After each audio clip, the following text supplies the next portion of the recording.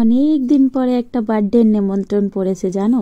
আজকাল নেমন্ত্রণ তো পড়েই না, তবে পেশেন্টের নাতিনের বার্থডে, উনি বয়স্ক তো, ওনার ছেলের ঘরের একটা মেয়ে আছে, তার বার্থডে তো নেমন্ত্রণ করেছে।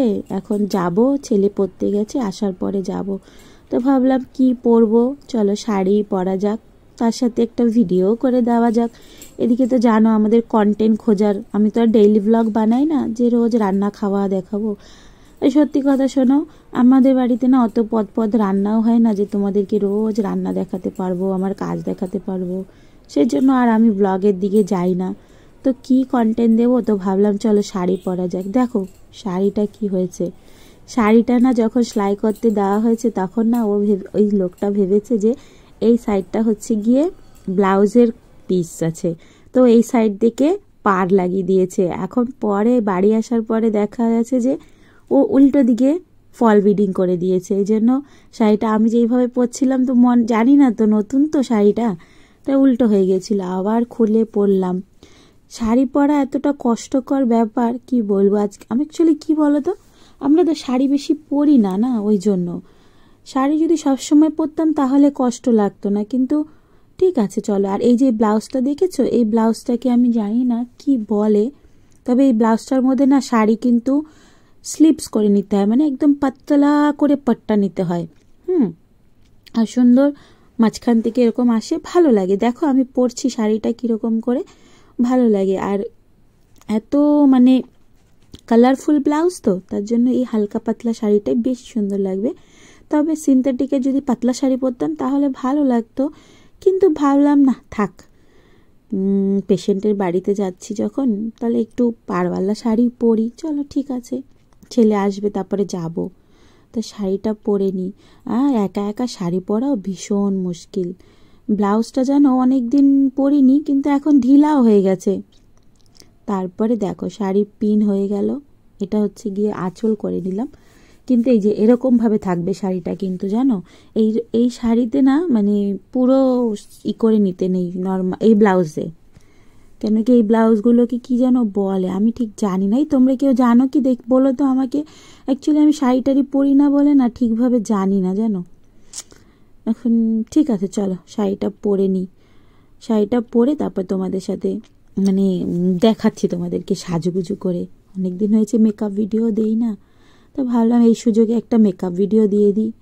আর এই কন্টেন্ট খোঁজা, দুটো তিনটে চ্যানেল হয়ে গেছে এখন, তিনটে চ্যানেলে কি কি ভিডিও দেব কি জানি বাবা। আর যেই স্টাডি উইথ সুধাতে যে ভিডিওগুলো দেই সেগুলো আবার এখানে দেওয়া যায় না, এই জন্য ভাবছি এই চ্যানেলটাকে কি ভিডিও দেব।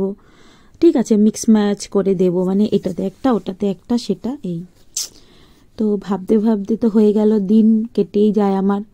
এখন তো লাইভেও বেশি আসি না। চলো শাড়িটা পরে নিই। কুচিটা ধরার লোক নেই, আর এই শাড়িটাতে একটু কুচিটা ধরলে ভালো হতো, কেন পাড় আছে তো তার জন্য। যদি পাড় না থাকতো তাহলে না কুচি ধরলে হতো, কিন্তু দেখো কুচিটা উপর দিকে উঠে যাচ্ছে। তো ঠিক আছে। আমি আবার জানো শাড়ি পরলে না ওই মানে একদম ঢেকে ঢুকে পরতে পারি না। ধুর বাবা, ওরমভাবে ঢেকে ঢুকে শাড়ি পরা যায় নাকি বলো তো। একটু হালকা যদি পেটটা খালি না থাকে তাহলে ভালো লাগে বলো। এজন্য শাড়িটা বেশি পরা হয় না অ্যাকচুয়ালি জানো, এই পেট খালির জন্যই। কিন্তু ঠিক আছে। আর এক তো জানো আমি মোটা, মানে শাড়ি পরলে সব এদিক দিয়ে ওদিক দিয়ে বেরিয়ে থাকে, বাইরে যাওয়ার মুশকিল হয়ে যায়। কিন্তু কি করা যাবে, শাড়ি তো পরতে হবে, এটাই তো শাড়ির নিয়ম। শাড়ি পরলে পেট দেখা যাবে, পিঠ দেখা যাবে। ঠিক আছে ছাড়ো। তা আমার আবার জানো ওই পাড়ালা শাড়ি না, এরকম সুন্দর পাটটা দেখা যাবে, ওটাতেই ভালো লাগে। তা আমি এরকমই শাড়ি পরি, তোমাদেরকে কিছু মানে এক্সট্রা করে শাড়ি পরা দেখাচ্ছি না যে অন্যরকমভাবে, আমি এরকমই শাড়ি পরি। তবে জানো এই পাড়ালা শাড়িতে না পাটটা যদি এরকম সাইড করে একটু উঁচু করে নেওয়া যায় তাহলে আমার খুব ভালো লাগে। তো তোমরা দেখতেই পাবে, চলো দেখো।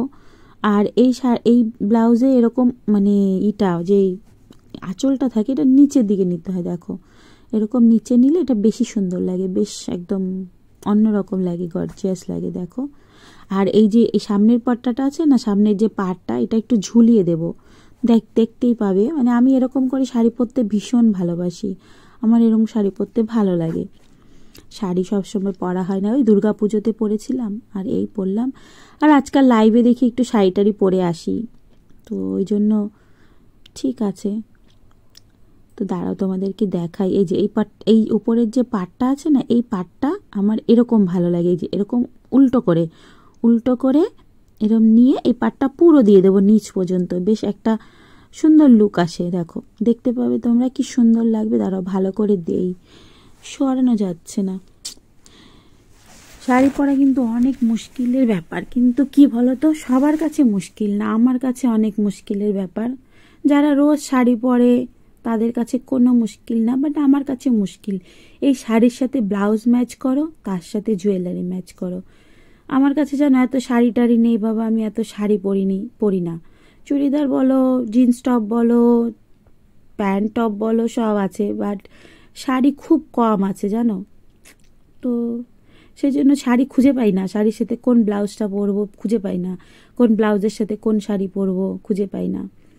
আর এর সাথে একটু ডিপ কালারের লিপস্টিক নেবো, হালকা না, এটা হচ্ছে গিয়ে তোমার ল্যাকমির মেরুন কালারের লিপস্টিক। দেখো, তো এটা আমার বোন দিয়েছিল আমাকে, ওর আধা শেষ হয়ে গেছে, তারপরে আমি পরেছিলাম, ভালো লেগেছে। তো আমরা এরকমই করি, ও বলে নিবি দিদি নে, আমি নিয়ে এসেছি কলকাতা থেকে। দাঁড়া একটু লাইনার পরে নিই। আমার আবার লাইনার না পরলে বেশ সাজুগুজুটা ভালো লাগে না, বুঝতে পেরেছো। একটু মোটা করে লাইনার, আমি আবার কাজলটা ভালোবাসি না, তবে লাইনারটা ভালোবাসি। তোমরা, আমি যখন আগে সবার প্রথম থেকে যখন এই চ্যানেলটাতে ভিডিও দিই, তখন আগে আমি মেকআপ, শাড়ি পরা এসবই ভিডিও দিতাম, সুন্দর সুন্দর গল্প বলতাম। কিন্তু তারপরে যখন থেকে আমি মানে ভিডিও, এডুকেশন ভিডিও দেওয়া শুরু করে দিয়েছি, সেক্স এডুকেশনের, তখন থেকে আর মানে এইসব ভিডিও দেওয়া হয় না। তো অনেক দিন পরেই একটু ভিডিও করলাম এইটা শাড়ি পরাটা। তো তোমাদের কিন্তু বলতে হবে, হ্যাঁ, আমার শাড়ি পরাটা কেমন হয়েছে আর আমাকে কেমন লাগছে। জানি আমার বয়স হয়ে গেছে, মোটা হাতি, তোমাদের কমেন্টের তো শেষ থাকে না, বুড়ি। না, আমার একটা কনফিউশন আছে, অ্যাকচুয়ালি বুড়ো বয়সটা কখন হয়? 35-এ কি বুড়ো বয়স হয়ে যায়, না 60-তে হয়? এটা আমার ঠিক জানা ছিল না।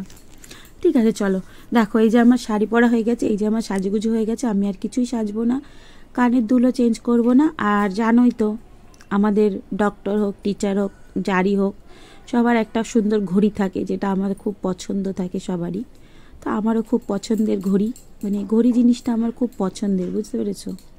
মানে সাজাগোজার মধ্যে আমাকে ঘড়ি চাই। আমার কাছে এরকম অনেক কটা ঘড়ি আছে, এরকম না, মানে অনেক কটা ঘড়ি আছে। দাদাভাই আমাকে খুব ঘড়ি কিনে দিতে ভালোবাসে। তো এই যে দেখো, এই ঘড়িটা কেমন একটু বলো তো। ঘড়িটা মনে হয় আমার শাশুড়িকে দিয়েছিল, তো আমার শাশুড়ি মারা যাওয়ার পরে আমি নিয়ে নিয়েছি। আমার ভালো লেগেছে এরকম বড় ডায়ালের ঘড়ি, বেশ।